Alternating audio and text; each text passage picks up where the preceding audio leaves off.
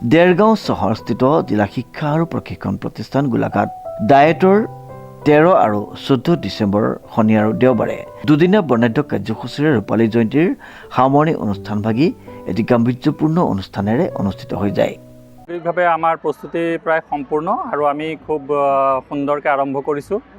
আচলতে আমি যদিও 2022 চনতে পাতিবলগীয়া আছিল, কিন্তু আমাৰ দুগৰাকী প্ৰবক্তা, এগৰাকী জ্যেষ্ঠ প্ৰবক্তা, এগৰাকী প্ৰবক্তা 2022 চনৰ জানুৱাৰী মাহৰ 14 তাৰিখে দীপেন কলিতা ঢুকায় আৰু তেতিয়া আমি আকৌ পাতিব পৰা তেখেতৰ শোকসন্তপ্ত পৰিয়াললৈ সমবেদনা জ্ঞাপন কৰাৰ ইত্যাদি কাৰণত আমি আকৌ পিছুৱাই দিলোঁ। তাৰপিছতে আমাৰ ধৰিত্ৰী বৰদলৈ খাৰঘৰীয়া তেখেত বেমাৰত পৰে, তাৰ কাৰণেও কিছু পিছুৱাই গৈ পেলাই যোৱা 20 এপ্ৰিলত ধৰিত্ৰী বৰদলৈ খাৰঘৰীয়া কৰ্মৰত অৱস্থাত ঢুকোৱাৰ পিছত আমি আকৌ পুনৰ প্ৰচেষ্টা হাতত লৈ পেলাই আমি ৰূপালী জয়ন্তীভাগ পাতিবলৈ মনস্থ কৰোঁ আৰু সেইবাবে আজি আমি 13 আৰু 14 ডিচেম্বৰ তাৰিখ দুদিনীয়াকৈ আমি ৰূপালী জয়ন্তীৰ সামৰণি অনুষ্ঠান পাতিব বিচাৰিছোঁ।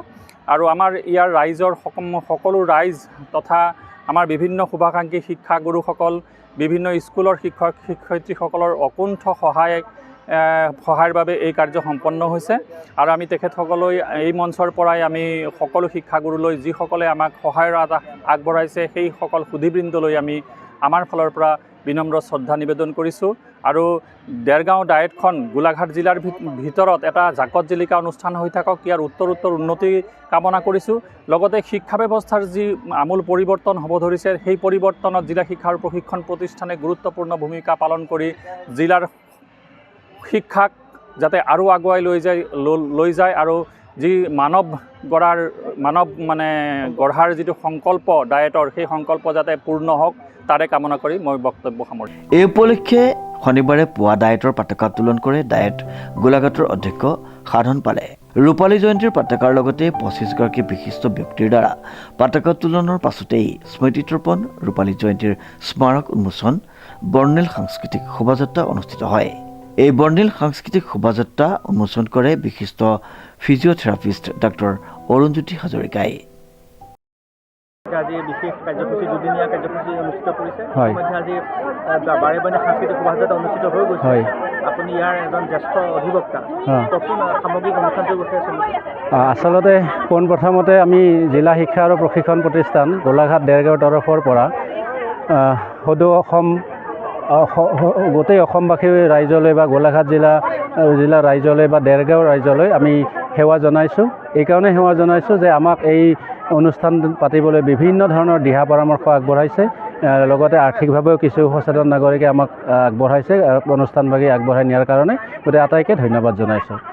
2021 চনত আমাৰ এখন ৰাজহুৱা সভা হৈছিলে, তাত আমাৰ এই ৰূপালী জয়ন্তী উদযাপন কৰাৰ কাৰণে আমাৰ এটা সিদ্ধান্ত গ্ৰহণ কৰা হৈছিলে, কিন্তু তাৰ ঠিক পিছতে 3 বছৰত আমাৰ 3 গৰাকী কৰ্মৰত অৱস্থাত প্ৰবক্তা আৰু কৰ্মচাৰী আকস্মিকভাৱে বিয়োগ ঘটিছিলে, যাৰ ফলত আমি উদযাপন কৰিব পৰা নাছিলোঁ। কিন্তু সেই সময়ৰ পৰাই আমাৰ অনুষ্ঠানভাগি চলোৱাৰ কাৰণে বিভিন্ন ধৰণৰ প্ৰচেষ্টা চলি আছিলে।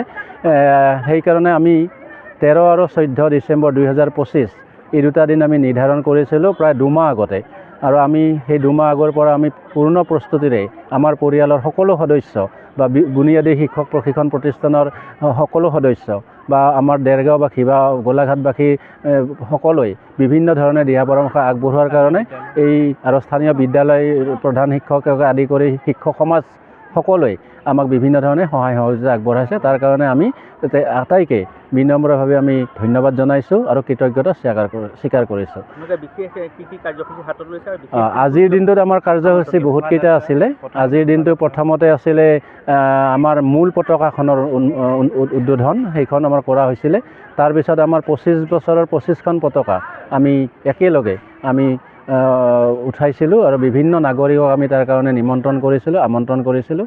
তাৰপিছতে আমাৰ স্মৃতি তৰ্পণ উদ্বোধন আছিলে, তাত আমি চাকি বন্তি জ্বলাই যাতে এই দুদিন কাৰ্যসূচী সুচাৰুৰূপে সম্পাদন হয় তাৰ কাৰণে আমি ভগৱানৰ ওচৰত প্ৰাৰ্থনা ৰাখিছিলোঁ। তাৰপিছত আমাৰ স্মৃতিসৌধ আমাৰ হৈ গৈছিলে, সেইটো আমি আমাৰ যি বিষয়া কৰ্মচাৰীসকল বিয়োগ ঘটিছিলে তেখেতসকলক আমি উৎসৰ্গা কৰিছোঁ আৰু তাৰ কাৰণে আমি ব্যক্তিক মাতিছিলোঁ আৰু তেখেতৰ দ্বাৰাই আমি সেইটো উদ্বোধন কৰাইছিলোঁ। তাৰপিছতে আমাৰ প্ৰচেছন আছিলে, যিটো বাৰে বৰণীয়া আমাৰ যিটো শোভাযাত্ৰা, সেইটো এইমাত্ৰ শেষ হৈ গৈছে। ইয়াৰ পিছতে আমাৰ আছে প্ৰদৰ্শনীৰ দ্বাৰ উন্মোচন, তাৰপিছতে ভোজনালয় উন্মোচন আৰু তাৰপিছতে মূল আমাৰ যিটো ৰাজ্যিক শিক্ষা আৰু গৱেষণা প্ৰতিষ্ঠানৰ সঞ্চালক মহোদয়া বাইদেউ তেখেতে হাত ধৰিব। পুৰণি আমাৰ প্ৰতিষ্ঠানে যিমানবোৰ শিক্ষক ইয়াৰ পৰা প্ৰশিক্ষণপ্ৰাপ্ত কৰি পঠিয়াইছিলে আৰু গোলাঘাট জিলাৰ ছাত্ৰ ছাত্ৰীৰ গুণগত মান উন্নত কৰাৰ কাৰণে যেনেধৰণে প্ৰচেষ্টা লৈছিলে, সেই সকলোবোৰ শিক্ষয়িত্ৰী বা আমাৰ বৰ্তমান থকা প্ৰথম আৰু তৃতীয় ষাণ্মাসিকৰ ছাত্ৰ ছাত্ৰীসকলৰ লগত তেখেতে মত বিনিময় কৰিব। সেইটো এটা বহুত তত্ত্বগধুৰ এটা অনুষ্ঠান, গতিকে সেই অনুষ্ঠানটো আমি আগবঢ়াবলৈ গৈ আছোঁ। তাৰপিছত আমাৰ প্ৰতিষ্ঠানৰ তৰফৰ পৰা আৰু আমাৰ পুৰণি সতীৰ্থসকলৰ দ্বাৰা আমাৰ এখন সাংস্কৃতিক অনুষ্ঠান আছে। সেই অনুষ্ঠানটো শেষ হোৱাৰ পিছতে আজিৰ দিনজোৰা কাৰ্যসূচী সমাপ্ত ঘটিব। অহাকাইলৈ আমাৰ মুকলি অধিৱেশন আছে। মুকলি অধিৱেশনত আমি ঋষিকেশ গোস্বামী ছাৰ তেখেতক মূল বক্তব্য হিচাপে তেখেতক নিমন্ত্ৰণ কৰিছোঁ। তেখেত আহিব আৰু বিভিন্ন ধৰণৰ ৰাজনৈতিক নেতা বা অসম চৰকাৰৰ বিভিন্ন বিষয়ববীয়া তেখেতসকলক আমি নিমন্ত্ৰণ কৰিছোঁ।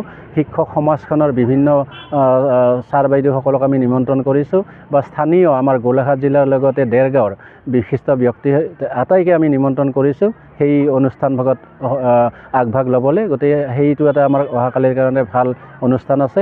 গতিকে আমি পুনৰবাৰ জিলা শিক্ষা আৰু প্ৰশিক্ষণ প্ৰতিষ্ঠান গোলাঘাটৰ তৰফৰ পৰা সমূহ ৰাইজক জনাইছোঁ যে কাইলৈ আৰু আজিও দুইটা দিনতে আপোনালোক আহক, আমাক উৎসাহ জনাওক, দিহা পৰামৰ্শ দিয়ক আৰু যদি কিবা ভুল হৈছে তাৰ কাৰণে আমাক শুধৰণিৰ কাৰণে আমাক উপদেশ দিয়ক। তাৰ কাৰণে আমি সদায় সাজু আছোঁ। গতিকে পুনৰবাৰ সেৱা জনাইছোঁ, আপোনালোকে আশীৰ্বাদ কৰিব যাতে আমাৰ এই দুদিনীয়া অনুষ্ঠান সুন্দৰভাৱে সমাপ্তি ঘটে। ধন্যবাদ। প্ৰদৰ্শনীৰ দ্বাৰ উন্মোচন কৰে অৱসৰপ্ৰাপ্ত আৰু কৰ্মৰত শিক্ষক কৰ্মচাৰীৰ বিচিত্ৰ অনুষ্ঠান, অন্তৰংগ আলাপ, সাংস্কৃতিক সমাৰোহ আদি কাৰ্যসূচীৰে প্ৰথম দিনৰ কাৰ্যসূচী সামৰি পৰে। 14 ডিচেম্বৰ দেওবাৰে দ্বিতীয় দিনা কেইবাটাও মনোজ্ঞ অনুষ্ঠানৰ লগতে অসম চৰকাৰৰ কেইবাগৰাকীও কেবিনেট মন্ত্ৰী, শিক্ষাবিদৰ উপস্থিতিত মুকলি সভাতে স্মৃতি গ্ৰন্থ ৰূপালী সুবাস উন্মোচন কৰা হয়। বিয়লিৰ জনপ্ৰিয় কণ্ঠশিল্পী মণ্টু গোহাঁইৰ গীতৰ শৰায়ে দুইটা দিনৰ কাৰ্যসূচী সামৰি পৰে। দেৰগাঁৱৰ পৰা নৱজ্যোতি ভৰালীৰ ৰিপৰ্ট, নিউজ নাও।